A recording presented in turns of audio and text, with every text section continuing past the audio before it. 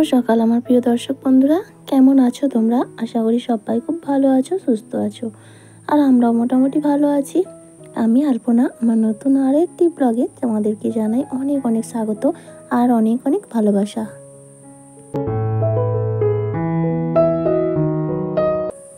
আজকে দিনটা হলো বুধবার আর এখন বাজে ওই সকাল 7:45 মতো। চলো তবে আজকে এখান থেকেই তোমাদেরকে সাথে নিয়ে আজকের ভিডিও শুরু করছি। পুরো ভিডিও জুড়ে থাকার অনুরোধ রইল। আশা করছি আজকের ভিডিও তোমাদের একটু হলেও ভালো লাগবে।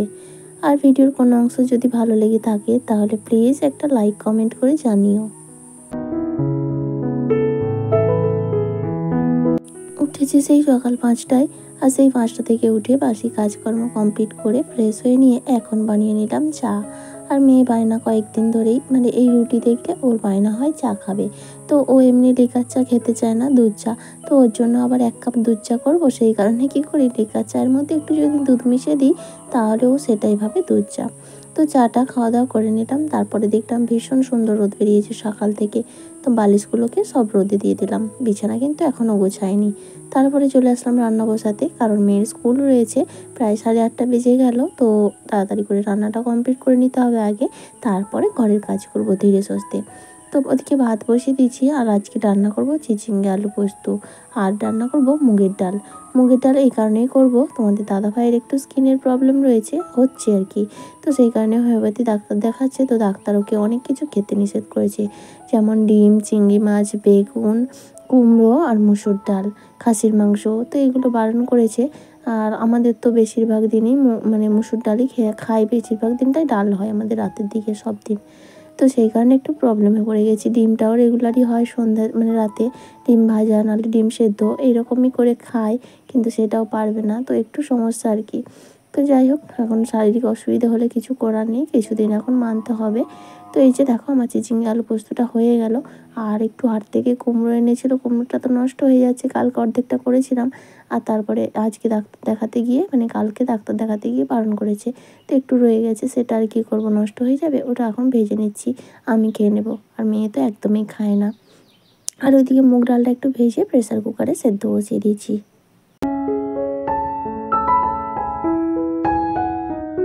ডাক্তার বারণ করেছে। তো ডাক্তার বারণ করলে যে একেবারে না খেলেও সমস্যা, জানো তো, তাহলে ভবিষ্যতে আর কোনোদিনই খেতে পারবে না।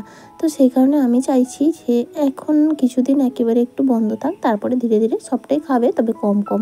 যেমন ডিমটা আমাদের রেগুলারই প্রায় খায় রাতের দিকে, তো সেটা একটু কম করে দিতে হবে। আর কি বলতো, ওই 3টে মানুষের জন্য একজন না খেলে আমাদের জন্য খুবই একটু অসুবিধা হয়ে যায়। তো যাই হোক, ওদিকে দেখো ডালটা ফোড়ন দিয়ে নিলাম, আর মুগ ডাল কিছুই দিলাম না। ওই একটু কাঁচা শুকনো লঙ্কা, টমেটো আর গোটা জিরে ফোড়ন দিয়ে ডালটা বানিয়ে নিলাম। তো ওদিকে রান্নাবান্না কমপ্লিট করে মেয়েকে খাইয়ে দিয়ে স্কুলে পাঠিয়ে দিয়েছি। আর আজকে মেয়ের জন্য টিফিন বানাইনি। আগের দিন জানো তো সুজি বানিয়ে দিয়েছি, সবটা ফেলে নিয়ে এসছে।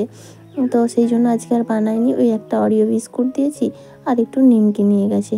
তো এইসব টিফিন হলে ও রেগুলার খেয়ে নেবে, কিন্তু ওইসব কি আর রেগুলার ভালো বলো? তো যাই হোক, আজকে ওটাই নিয়ে গেছে। আর আমি এখন কি করছি বলো তো, ওদিকে বাসন টাসন সব ধুয়ে পরিষ্কার করে একটু গরম জল বানিয়ে নিয়েছি। গরম জল নিয়ে এই যে গামছা কয়েকটা রয়েছে না, একটু ভেজাতে হবে। আর এই গামছা জাতীয় জিনিস না একটু গরম জলে না করলে না একদম ভালো লাগে না, ভালো করে পরিষ্কার হয় না। আসলে গা হাত মোছা হয় তো তেল চিটে চিটে একটু থাকে, নোংরা বেশিই হয় গামছা জিনিসটা, মাথা মোছা হয়, তো সেই কারণে একটু গরম জল। আর গরম জলটা এতটাই গরম হয়ে গেছে আমি হাত দিতে পারছি না, তাই হালকা হাতে জিনিসপত্রগুলো ভিজিয়ে রাখছি। তবে কাচবো এখন না, একেবারে দুপুরে। তবে সকালেও অনেক কিছু কেচেছিলাম, যা সুন্দর রোদ বেরিয়েছে, এখন শোকাতে সমস্যা নেই। তবে দুপুরে যেগুলো কাচবো সেগুলো অনেক কিছুই ভেজা থাকবে, যেগুলো একটু মোটা জিনিস, যেমন জিন্সের প্যান্ট, তো থাক, কিছু অসুবিধা নেই। আর তারপর ওগুলো ভিজিয়ে দিয়ে চলে আসলাম ঘরে। এসে এই যে আবার বিছানা টিছানা সবই রয়েছে, বাসি বিছানা পড়ে রয়েছে, এখন গোছাতে হবে। আসলে মেয়ে স্কুলের টাইম অনুযায়ী না আমার রুটিনটাও চেঞ্জ হয়ে যায়।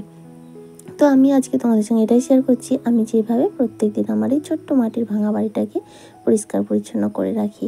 তো দেখো, ঘরে এসে প্রথমে শোকেসটাকে সকালবেলা কিন্তু ঘরের মেঝেটা ঝাড় দিয়ে দিয়েছিলাম, নাতাটা দিচ্ছি না এখন রেগুলার, ওই একদিন ছাড়া দিই। তো আজকে আর দেওয়া হয়নি। আর এই যে এখন শোকেসটা একটু ভালো করে মুছে নিচ্ছি। আসলে এই কাঁচটাকে যদি রেগুলার একটু সুন্দর করে মুছে নেওয়া যায় না, তাহলে কলিন দিয়ে মুছতে প্রায় লাগে না।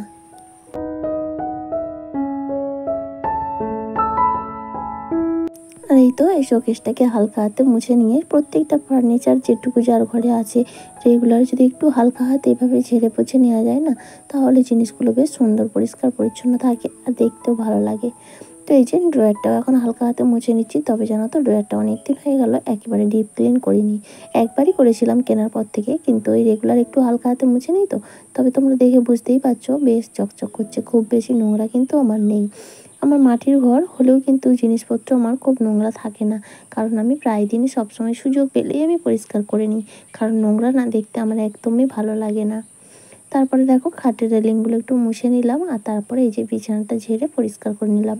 সকালবেলায় তো বালিশগুলো রোদে দিয়েছিলাম, এতক্ষণ অনেকটা সময় গেছে, বেশ গরম হয়ে গেছে। এবার বালিশ কাঁথাগুলো সব নিয়ে চলে আসবো ঘরের মধ্যে, তা না হলে কী হবে বলো তো, দুপুরে যখন শুতে যাবো একটু গরমে আর শুতে পারবো না। তো দেখো এই যে বালিশগুলো সব নিয়ে চলে আসলাম।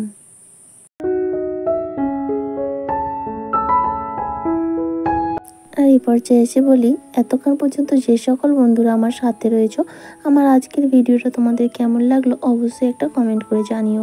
আর যদি ভালো লাগে তাহলে প্লিজ একটা লাইক করে দিও, আর চাইলে ভিডিওগুলো শেয়ারও করতে পারো। আর আজকের ভিডিওতে যদি তুমি নতুন বন্ধু হয়ে থাকো, চাইলে চ্যানেলটা সাবস্ক্রাইবও করতে পারো। আর যারা অলরেডি সাবস্ক্রাইব করে আমার এই ছোট্ট পরিবারের সদস্য হয়ে গেছো, তাদের সবাইকে জানাই অসংখ্য ধন্যবাদ আর অনেক অনেক ভালোবাসা। আর এই তো ওই ঘরের কাজ কমপ্লিট করে চলে আসলাম এই ঘরে। আলনাটা বেশ কিছুদিন হাত দেওয়া হয়নি, তো বেশ দেখলাম ধুলো পড়েছে। তো সেই কারণে এই যে এসে আলনাটা একটু ভালো করে মুছে নিচ্ছি। আর এই আলনার কালারটা একটু ডিপ কালার, তো সেই কারণে না ধুলো পড়লে বেশ পরিষ্কার বোঝা যায়। মানে অন্য কোনো কালার হলে না সেরকমভাবে বোঝা যায় না, আর এই কালারটা এমনই, তো ধুলো পড়লে বেশ ভালোই বোঝা যায়। তো সেই কারণে প্রায় দিনই পরিষ্কার করা হয়, কিন্তু যেহেতু 4-5 দিন আমি কোনো জিনিসে হাত দিয়েছিলাম না সেভাবে, তো সেই কারণে আলনাটাও হাত দিইনি। তো সেই কারণে পরিষ্কার করা হয়নি। তো আজকে দেখো ভালো করে পরিষ্কার করে নিচ্ছি। তবে এর ওপর ধুলো পড়লেও যেমন বোঝা যায়, তেমন হালকা হাতে না একটু পরিষ্কার করে নিলে একেবারে নতুনের মতো চকচক করে।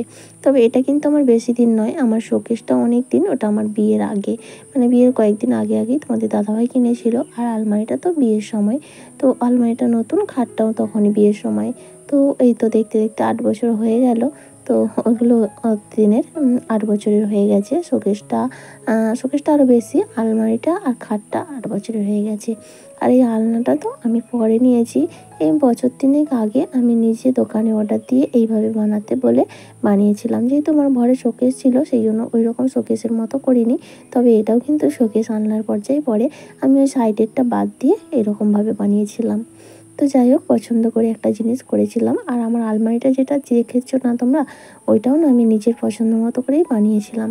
মানে অর্ডার দিয়ে দোকানে বলেছিলাম এইভাবে বানিয়ে দিতে, তো সেইভাবেই বানিয়ে দিয়েছিল।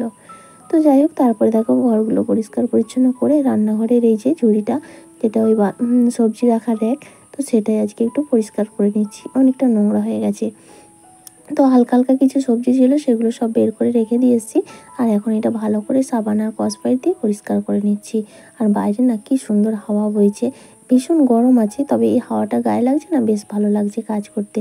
আর এই পুকুর পাড়ে এই হাওয়াটা না খুব সুন্দর ঠান্ডা।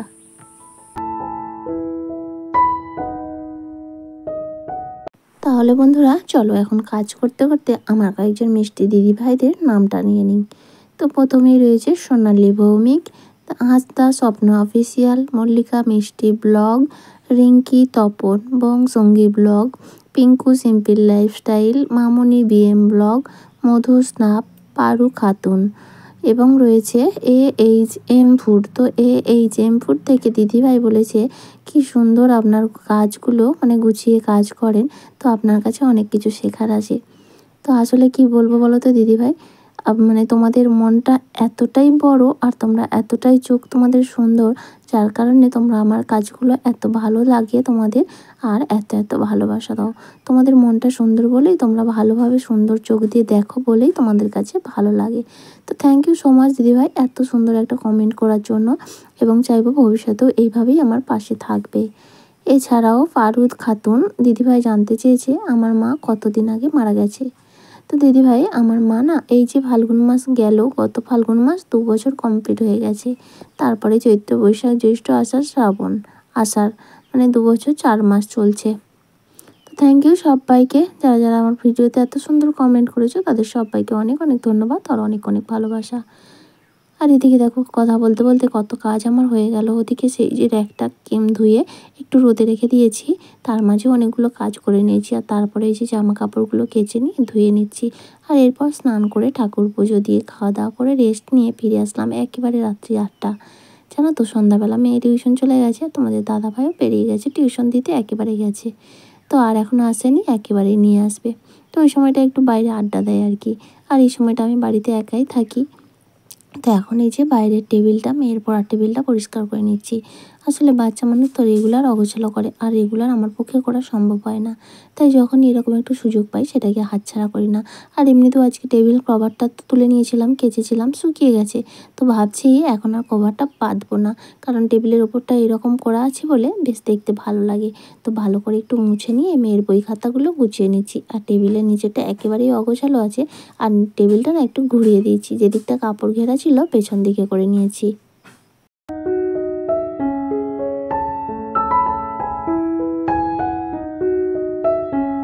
ওদিকে রাতের জন্য কিন্তু ভাত বসিয়ে দিয়েছি। এই সন্ধ্যাবেলা একটু বসেছিলাম, মেয়ে টিউশন যাওয়ার পরে সন্ধ্যা টন্ধা দিয়ে একটু চা খেয়ে বসেছিলাম, রেস্ট নিচ্ছিলাম। তো তারপরে এখন এই যে কাজটা করছি, ওদিকে ভাতটা বসিয়ে দিয়েছি, ভাতটা বসিয়ে দিয়ে এখন এই কাজগুলো করে নিচ্ছি। আর এই কাজগুলো করতে করতে আমার ভাত হয়ে যাবে, তারপরে মেয়েও চলে আসবে। তো এখন দেখো টেবিলের ওপরটা পরিষ্কার করে নিয়ে এখন টেবিলের নিচটাও ভালো করে পরিষ্কার করে নিচ্ছি। আর এই টেবিলের নিচটা মেয়ের যত ছবি আঁকার খাতা বাদ হয়েছে, যত খাতাপত্রগুলো বাদ হয়েছে সব কিন্তু আমি ফেলি না, সেগুলো রেখে দিই, কারণ সবটাই প্রয়োজন হয়। যেগুলো পুরনো খাতা রয়েছে তাতে অনেক যেসব লেখাগুলো রয়েছে কিছু কিছু জিনিস প্রয়োজন হয়। তো সেই কারণে সমস্ত কিছু আমি এখানে গুছিয়ে গুছিয়ে রেখে দিচ্ছি। আর টেবিলটা ঘুরিয়ে দিয়েছি কারণ কি, ওই যে দিকটা কাপড় ঘেরা আছে না, ওদিকটা একটু পেরেক দেওয়া ছিল, আর সেই পেরেকটা না অনেকটা বেরিয়ে আছে।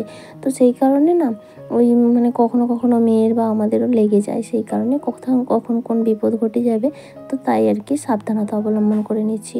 তবে উপরটায় কভার দেবো না, ভাবছি এই নিচের নিচের যে এই সাইডটা ফাঁকা রয়ে গেছে, তো এই সাইডটা একটা কাপড় দিয়ে পর্দা মতো করে দেবো। তবে আজকে নয়, সেটা আবার সময় বুঝে কখনো করব। আর এরকম ফাঁকা থাকলে একটা সুবিধা হয়, আমার নিচটা ঝাড় দিতে বা নাতা দিতে বেশ ভালো হয়।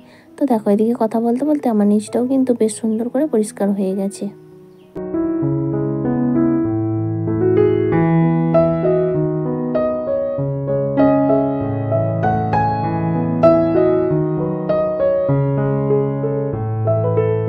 আর এই তো দেখো টেবিলের ওপরটা কত সুন্দর লাগছে। আর একটা গণেশের মূর্তি ছিল পাশে, যে মেশিনটা রাখা আছে মেশিনে ছিল, তো সেইটাই এর বইয়ের টেবিলের কাছে রেখে দিলাম। কোনো একটা ঠাকুর থাকলে খুবই সুবিধা হয়। আসলে না এটা না রাখার জায়গা পাচ্ছি না, আর পেছন দিকে যে হুক করা ছিল সেটা ভেঙে গেছে, তাই কোথাও ঝুলিয়ে রাখতে পারছি না। তো সেই জন্য এইখানেই রেখে দিচ্ছি। এটা লাইটিং হতো, খুব সুন্দর ছিল। এটা আমার বিয়েতে গিফট পেয়েছিলাম আর কি। আর তারপরে চলে আসলাম, মেশিনটাও দেখো কীরকম অগোছালো আছে। সব জিনিসপত্র হাতের সামনে জায়গা থাকলে না এরকমই হয়। তো সেটাই আজকে ভালো করে গুছিয়ে নেব, আর মেশিনটা জানো তো বিক্রি করে দেবো। কারণ কি এমনি তো খারাপ হয়ে পড়ে আছে, আর প্রায় দিনই খারাপ হয়ে যায়। তারপর সেরকমভাবে কাজও তো করি না, আর এখন একেবারেই আমি সময় পাই না। তো সেই জন্য বেকার পড়ে পড়ে এইসব জিনিস পড়ে থাকা মানে না নষ্ট হয়ে যায়, যত্ন করা হয় না, তেল দেওয়া হয় না। তো সেই জন্য ভাবছি বেকার ফেলে রেখে নষ্ট করে লাভ নেই, টাকা দিয়ে কিনেছিলাম তো বিক্রি করে দেবো, কিছু টাকা তো পাওয়া যাবে। তো সেই জন্যই খদ্দের দেখা চলছে। তো যতদিন আমার কাছে আছে, আর খুব শখের জিনিস এটা, অনেক শখ করে কিনেছিলাম। তো যাই হোক, যতদিন আমার কাছে আছে একটু যত্ন করি সময় পেলে। তো মেশিনের ওপরটা সুন্দর করে মুছে নিয়েছি, আর এখন নিচেরটাও মুছে নিচ্ছি।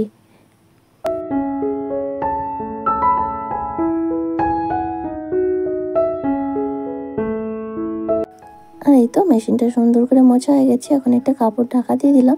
আর এই যে তোমাদের দাদা ভাইয়ের আর মেয়ের বর্ষাতে দুটো প্যাকেটে করে রেখে দেবো এই হাতের সামনে, কখন কখন দরকার হয়ে যায়, সেই জন্য বর্ষার সময় হাতের সামনেই রাখতে হয়। তাহলে বন্ধুরা চলো, আমার আজকের ভিডিওটা এ পর্যন্তই। দেখা হচ্ছে আবারও আগামীকাল নতুন আরেকটি ব্লগের সঙ্গে। সবাই খুব ভালো থেকো। আজকের মতো টাটা, গুড নাইট।